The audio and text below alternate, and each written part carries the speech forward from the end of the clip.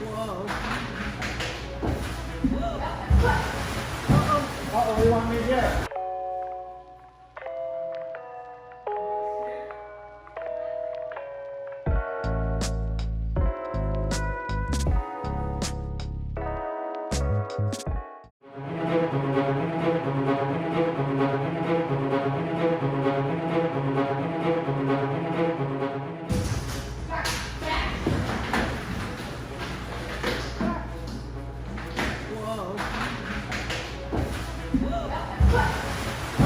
Uh-oh, what do you want me to do? What do you want me to do? We got trouble in here! What do you want me to do? Hey, we got trouble!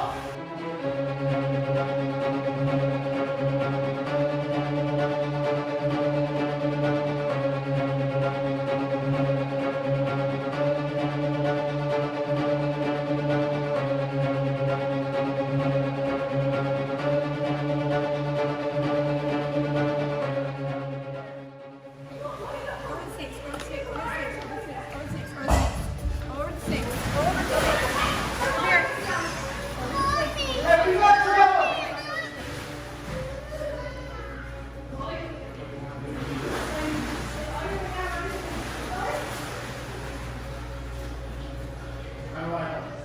You got a stick?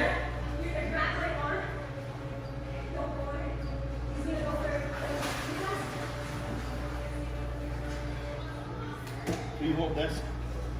Hold this. And this.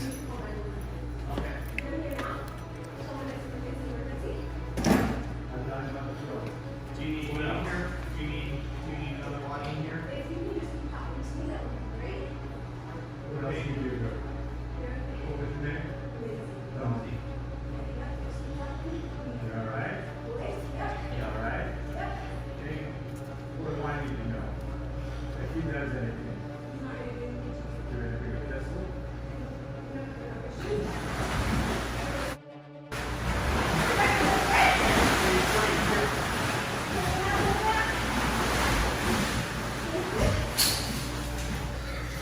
What do I do?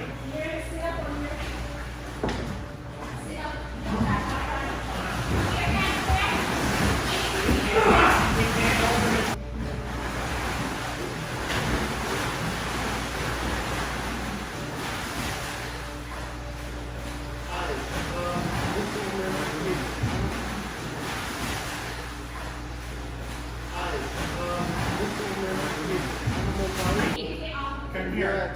She's dead.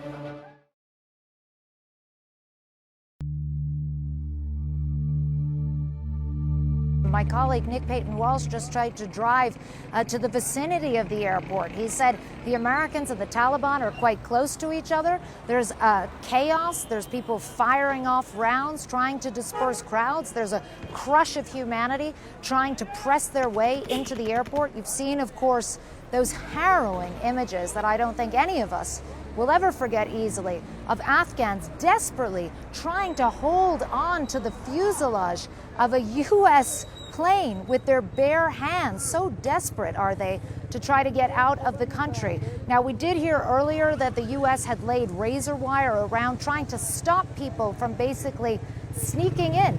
Those images that you saw, hundreds of people flooding the runway. Obviously, U.S. planes cannot take off and land, cannot carry out these evacuations safely when there are hundreds of people on the runway. So that is definitely the primary focus for the U.S. right now, trying to ensure that the situation at the airport is somehow contained so that these evacuations can continue in an orderly manner. You can see a lot's changed. Certainly the dress code for me has changed.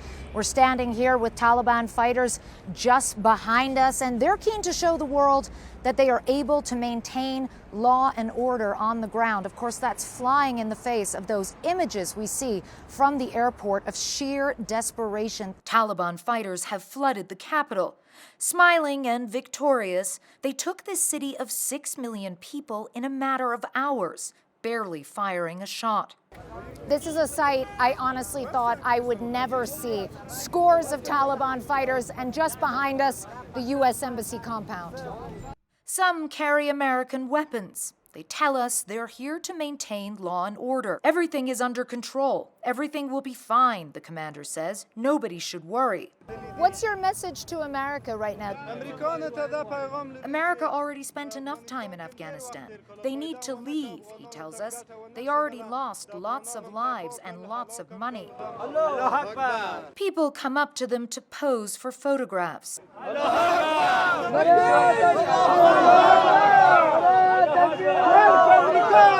They're just chanting death to America, but they seem friendly at the same time. It's utterly bizarre. At the presidential palace, the Taliban are now guarding the gate. They say they're here to fill the vacuum left when the government fled. But the welcoming spirit only extends so far, and my presence soon creates tension. It's because of you. They've just told me to stand to the side because I'm a woman.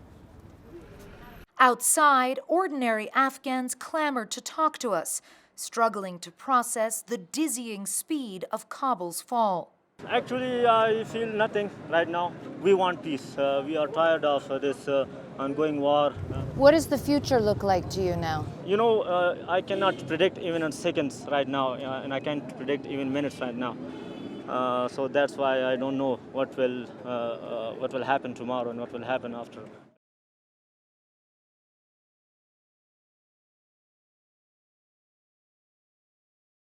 Honest to God, I can't believe I'm saying this, but I am. It literally is time for this president to resign.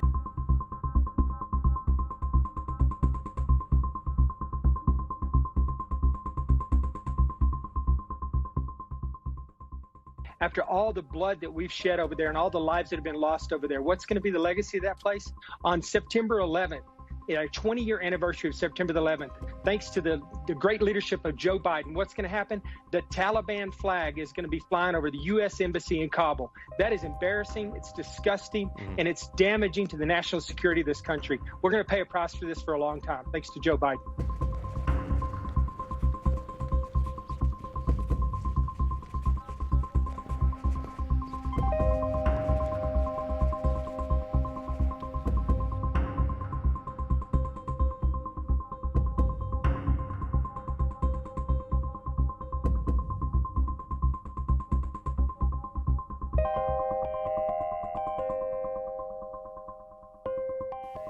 Do you regret giving the Taliban that legitimacy? Do you regret pressing the Afghan government to release 5,000 prisoners, which they did, some of whom are now back on the battlefield fighting with the Taliban?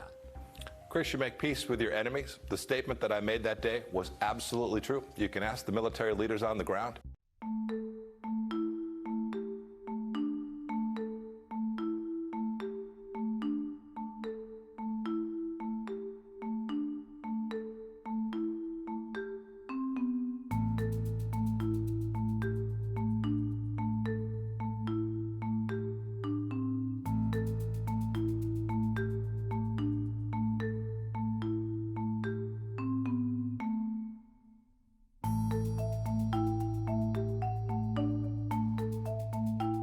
This administration is a complete failure in every single way. As a matter of fact, I have my team right now working on articles of impeachment because I'm so disgusted with Joe Biden. You know, I've already filed one set of articles of impeachment.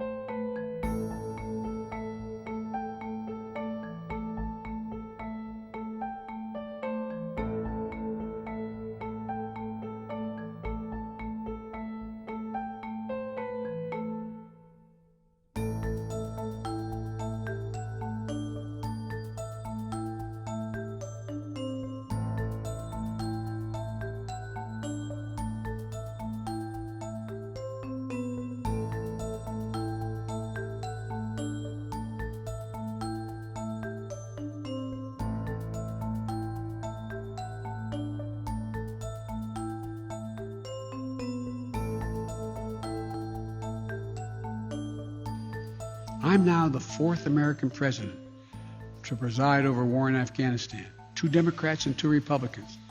I will not pass this responsibility on to a 5th president. I will not mislead the American people by claiming that just a little more time in Afghanistan will make all the difference. Nor will I shrink from my share of responsibility for where we are today and how we must move forward from here.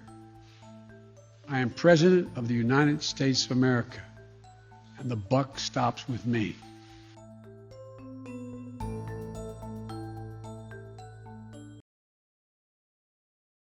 The images you see of planes on the runway, people on the runway, and 2 people just dropped from the plane. You will never take that chance. You will never leave the land unless the air is safer.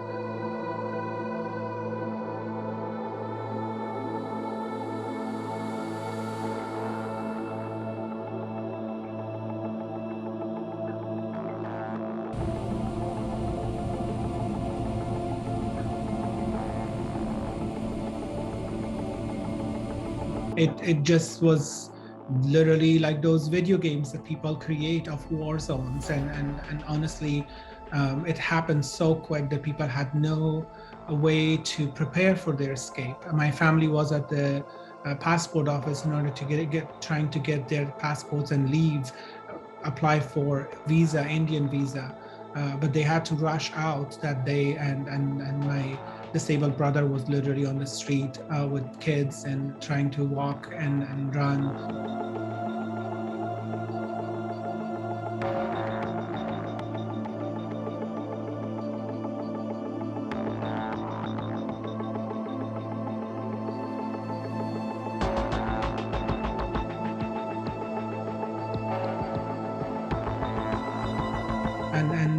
My family was also trying to even go to the airport in the same way, and the same, and they left and they returned halfway because they saw Taliban shooting people right in front of their eyes. So they escaped back and came home. And so that's the last resort you take when those bullets are safer than what's going to come next.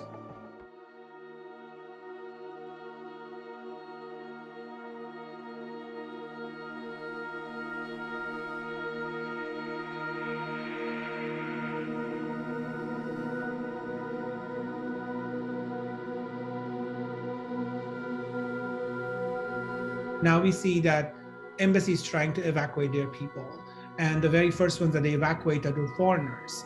And while knowing that the very first ones who are going to be a target are the local staff, their family members, and everyday people.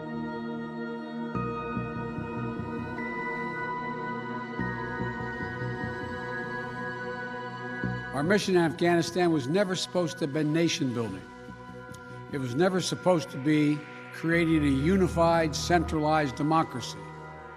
Our only vital national interest in Afghanistan remains today what it has always been: preventing a terrorist attack on America's homeland.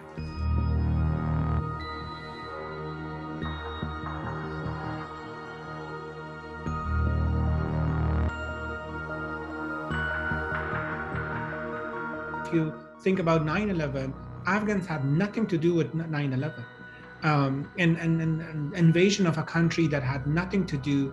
Al-Qaeda, Osama bin Laden was hiding in Pakistan, not in Afghanistan. And so it was flawed from the get-go.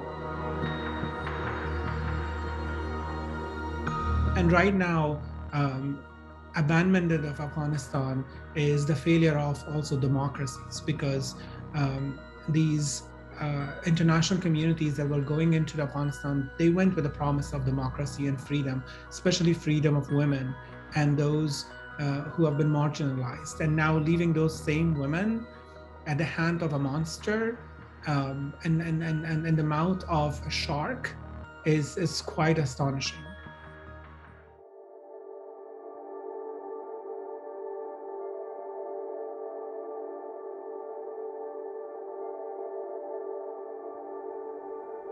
how would you collaborate with a group that you have continuously labeled as terrorists, and now they have become your collaborators, and in that collaboration you're putting the lives of 37 million people at risk, and that these lives could be ended any day and any moment.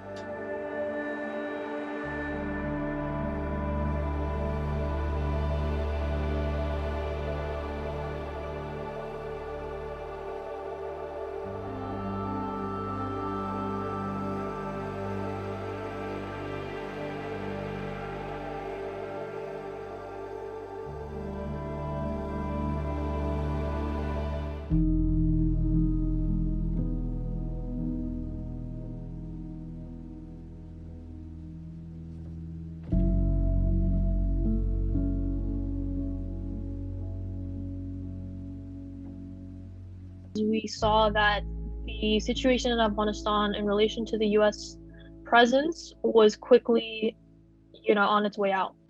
And so we knew that there was going to be a need for advocacy. We knew that the US was not going to leave in good faith, as we've seen now with the catastrophic levels of chaos in Afghanistan, the fact that the Taliban took over in a matter of days. Number one is definitely to open the doors to refugees, regardless of having the credentials, passport, whatever, that now is not the time for that. So we're asking folks and honestly begging folks to reach out to their representatives. We have a call script that says and outlines exactly what you need to say, that calls for all of these things that we're talking about, and to pressure your representative.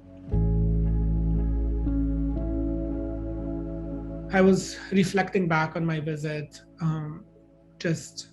it was last month when I came, and what really, really pained me was that I was trying to process on the plane that everybody I hugged and said goodbye, my loved ones, my family, my queer community. They would also always tell me that, give me one more hug.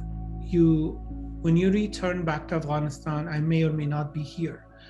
And I was thinking about that, and now I know what they meant. So it's really painful to know that those people I really loved, and they were so beautiful with such generous hearts, now are literally living hour by hour, and they have no idea whether they're going to live tomorrow. Let's not talk about Biden. Let's not talk about what policy worked and what policy didn't work. We all know it all failed. Let's talk about the individuals. Let's talk about the stories of those women and children and men in Afghanistan, and queer people and trans people who are literally waiting for their death.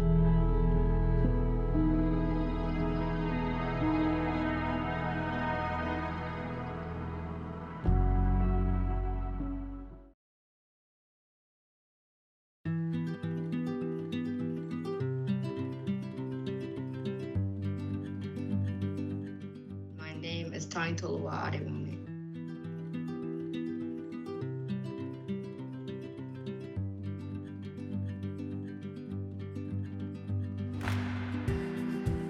A lot of things were beautiful. Like I saw houses everywhere. One house here, one house here.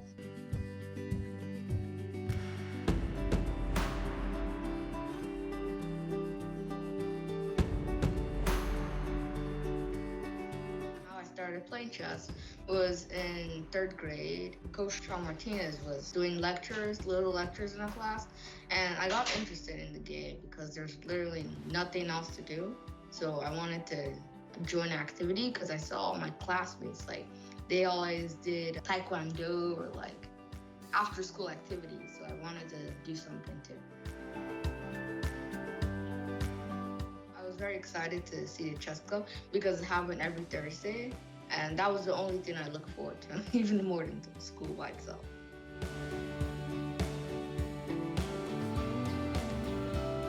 I keep moving forward. I'm never perfect at chess. There's nothing that someone could be perfect at. So I just see it as myself getting better. I'm just trying to get better. I don't know when my good is yet.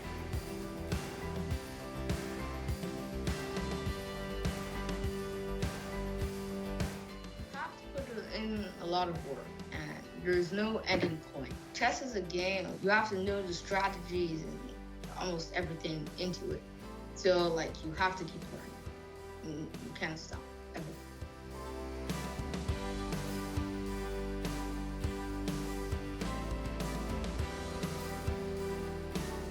My goal at this point right now is to get international master first and then grandmaster, youngest grandmaster in the history. The record right now is 12 years, 4 months, and 25 days. My deadline is 12 years, 4 months, and 24 days.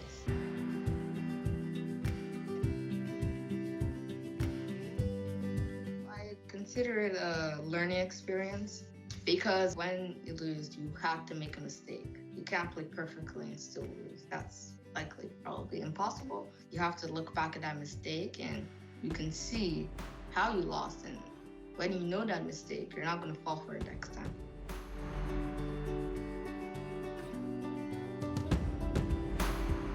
This is the first one that I believe that was wrote, and my name is Tanya and I believe in miracles. This is the Young Readers edition, and there is also a London book. You can never forget about the kids. Tanya. And yeah, this is like an animation book for kids.